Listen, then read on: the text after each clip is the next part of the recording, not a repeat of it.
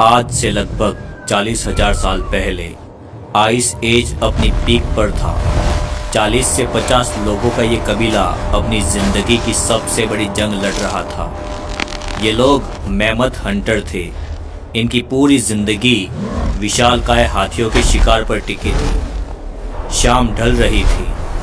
सूरज एक फीकी पीली रोशनी बनकर रह गया था।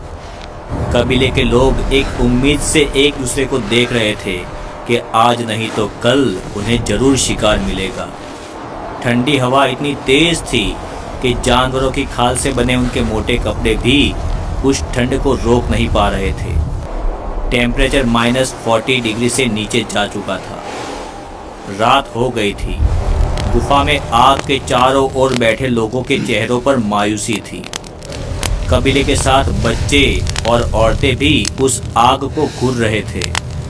ये आग सिर्फ गर्मी नहीं थी, ये उनकी उम्मीद थी। अगर ये बुझी तो ठंड से सुबह का सूरज शायद कोई नहीं देख पाएगा। ग्रुप का ये जवान आदमी तजुर्बेकार शिकारी है। वो आग में लकड़ी डालते हुए खामोश बैठा था। उसके चेहरे की झुर्रियों में डर साफ दिख रहा था। पिछले 5 दिनों से शिकार नहीं मिला था।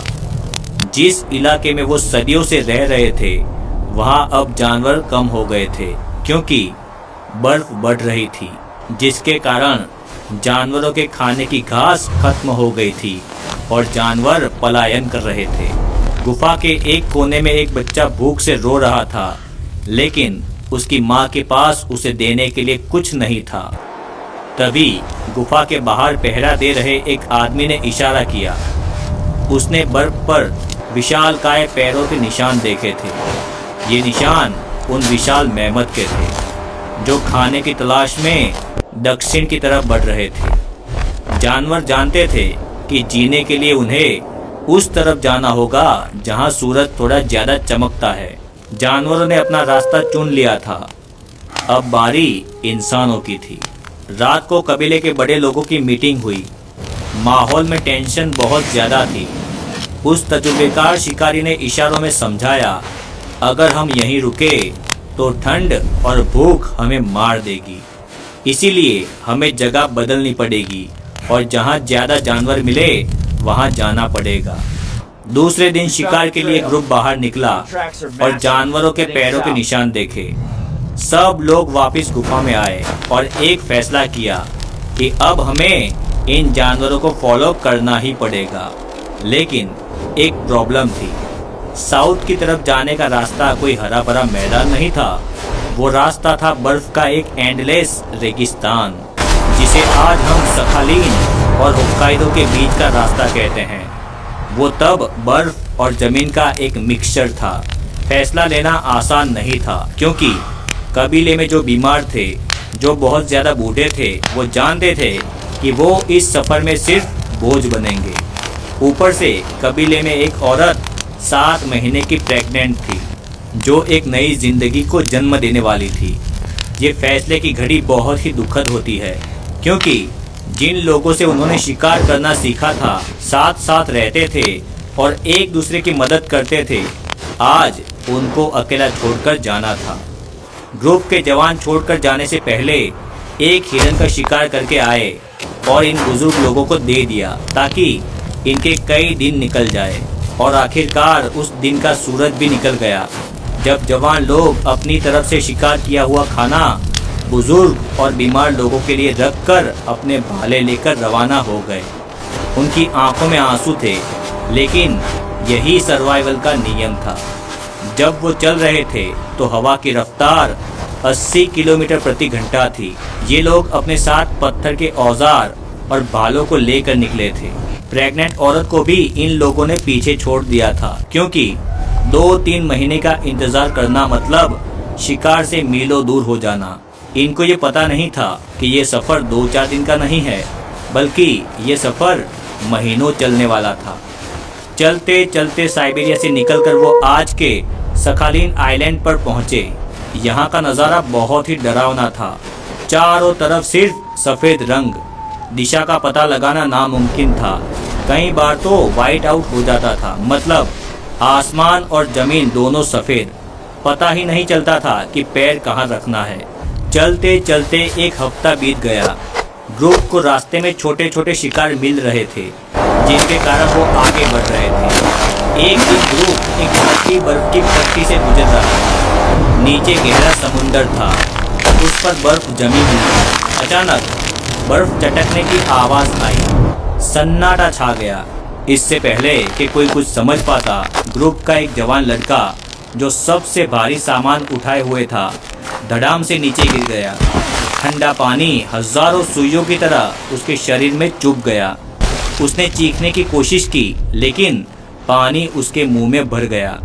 ऊपर खड़े लोगों ने अपने भाले आगे किए, लेकिन गीले कपड़े और भारी सामान ने उसे पत्थर की तरह नीचे खींच लिया।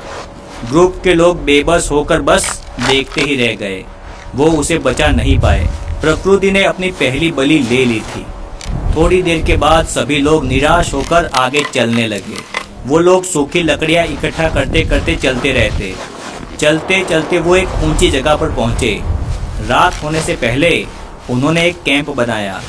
कैंप में जानवरों की खाल को इस तरह लगाया जाता कि बालों वाला हिस्सा अंदर और ऊपर चिकनी खाल वाला हिस्सा रहे, जिससे कि बर्फबारी के टाइम बर्फ फिसलकर नीचे आ जाए। कैंप में आग जलाई गई। उस रात कैंप में कोई नहीं बोला।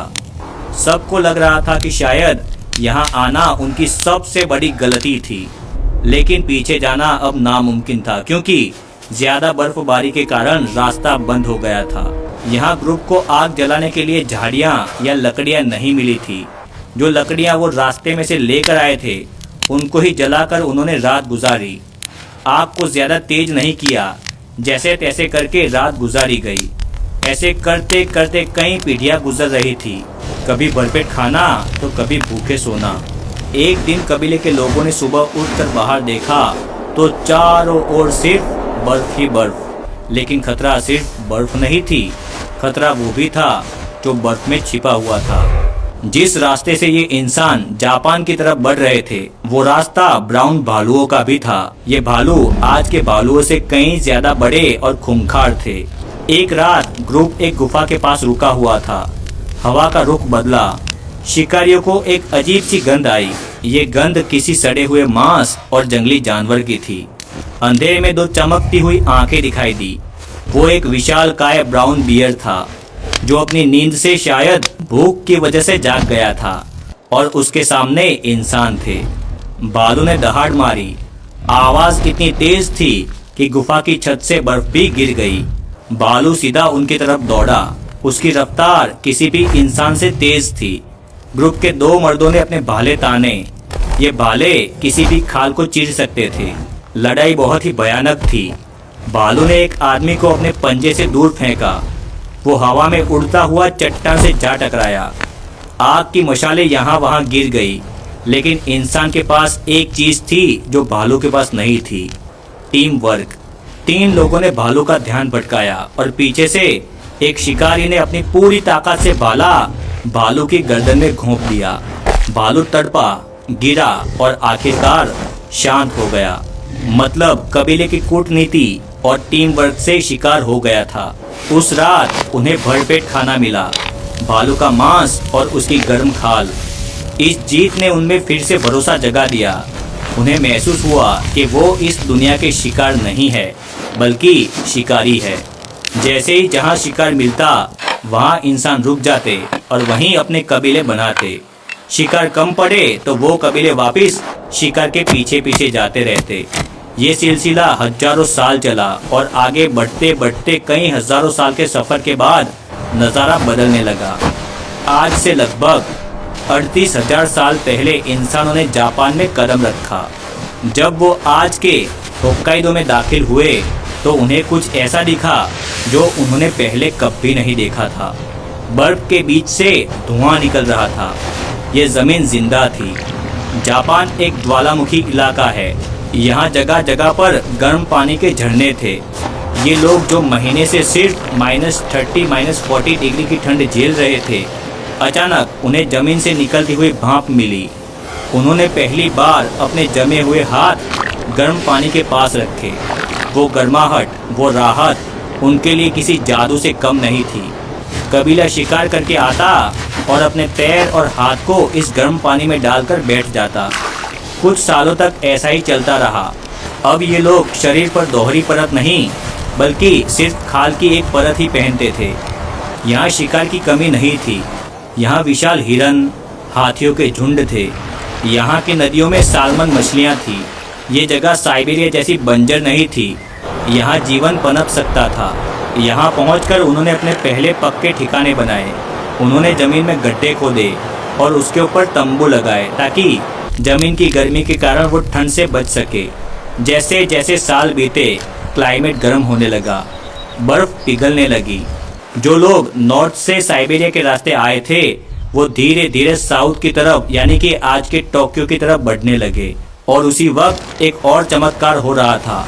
वेस्ट की तरफ से यानी कि कोरियन पेनिनसुला के रास्ते भी कुछ इंसानी ग्रुप जापान में दाखिल हो रहे थे। वो अपने साथ अलग टेक्निक, अलग औजार और अलग संस्कृति लेकर आ रहे थे। ये वो दौर था जब जापान एक मेल्टिंग पोट बन रहा था। उत्तर के ये मेमथ हंटर्स अपने पत्थर से बने भाले लिए हुए एक बड़े जंगली भैंसे का पीछा कर रहे थे।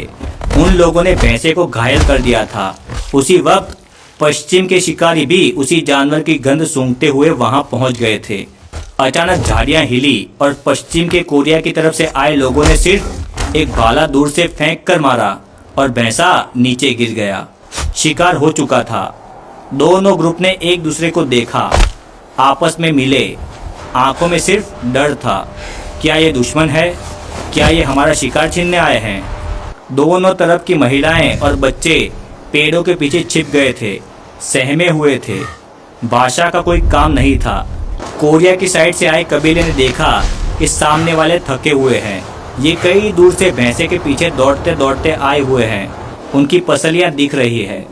हमला करने के बजाय उन्होंने अपने हथियार को धीरे से जमीन पर रख दिया।